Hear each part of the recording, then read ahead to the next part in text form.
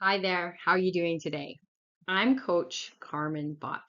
I'm a 27-year veteran in strength and conditioning, which is essentially physical preparation, but I do have some training in mental performance as well to round out my skill set, and I've been teaching at the post-secondary level for 17 years.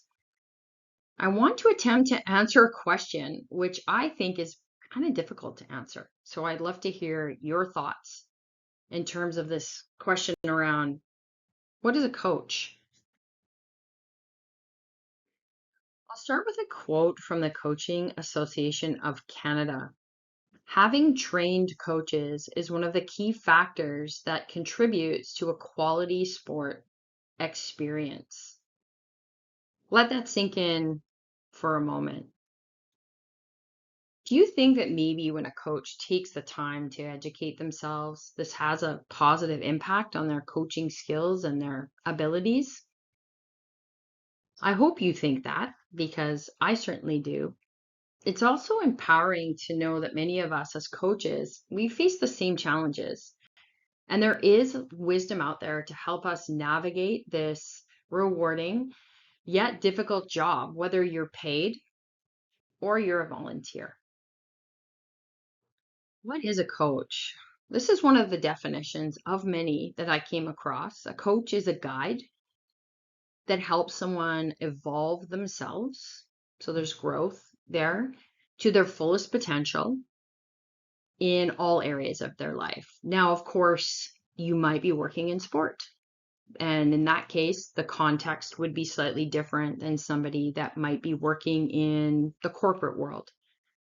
But somebody that is a coach is certainly using communication strategies to help others be their best selves. And it also is the coach's job to help others maybe understand themselves a little bit better, to become more resilient, to become more self aware, and to help a younger person or a mentee sort of navigate the troubled waters that they face.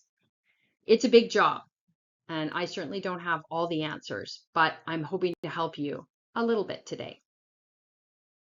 My goal with today is just to offer you a few things to think about that might be a little different than what you may have seen in a coaching course or a coaching class that you've taken during your journey as a coach.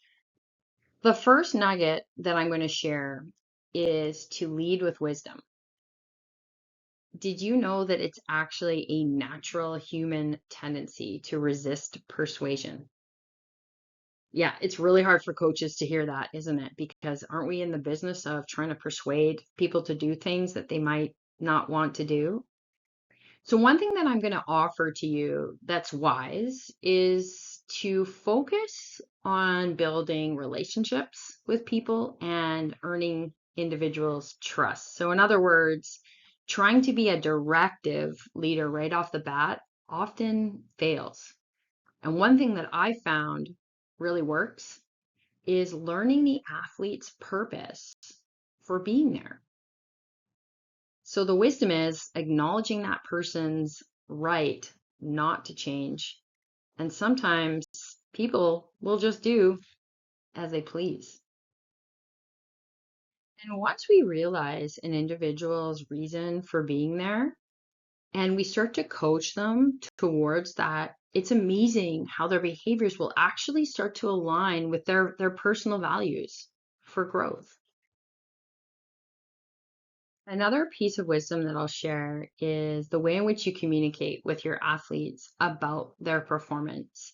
That actually has a big influence on their personal agency, their personal motivation and commitment to change their behavior or do things that allow them to work toward their goals. Now, you might be curious about how we would even communicate.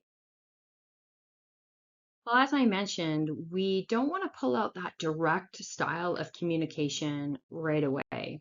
The first step in communication is actually getting to know the athlete and sort of figuring out what makes them tick. Well, how does the saying go? We've got one mouth and two ears, something along those lines. We need to keep in mind that all changes that are going to happen lie within the athlete, not within the coach. So the coach's personal agenda shouldn't dominate. And that's hard. It's hard not to just jump in and give feedback or correct. But our purpose is really to encourage that athlete's dream and their hope, or to help them deal with any hesitancies or fears that they might have. So the wisdom is to be curious and to be genuinely interested in the athlete's concerns and the things that motivate them. If you spend more time listening to the perspective of the athlete, it will definitely give you some insight into where they want to go.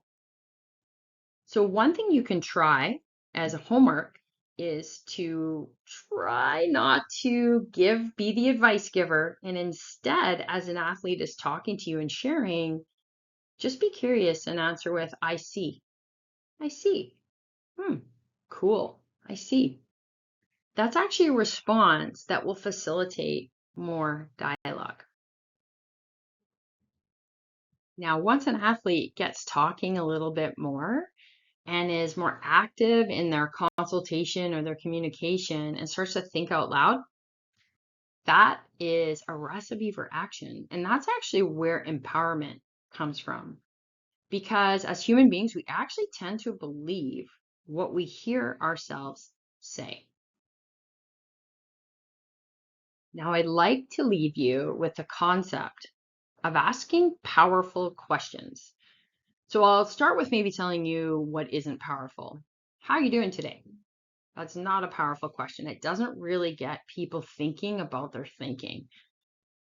So let's imagine you've got a group of athletes you're working with, and you've gotten to know a few of them pretty well, and those athletes are feeling comfortable with you. That would be a good time to introduce a powerful question. And I'm going to share one that I like to use, but you can certainly come up with your own. What currently impossible thing, if it became possible, would change it all for you? Let that marinate and see what comes back. Now, maybe I didn't answer exactly what a coach is, but hopefully I've given you a little bit of insight into the fact that a coach isn't just a person that teaches a skill or goes through a defensive scheme or counts a number of repetitions on a back squat. A coach is somebody that does walk beside an athlete in their journey, in their development, and offers them some mentorship. So hopefully this was useful and you got a little bit of wisdom out of it. And it's just stuff that I've learned from people that are a lot wiser than I am. We're all still learning and we're all still growing. And hopefully we're in it to help the next generation thrive.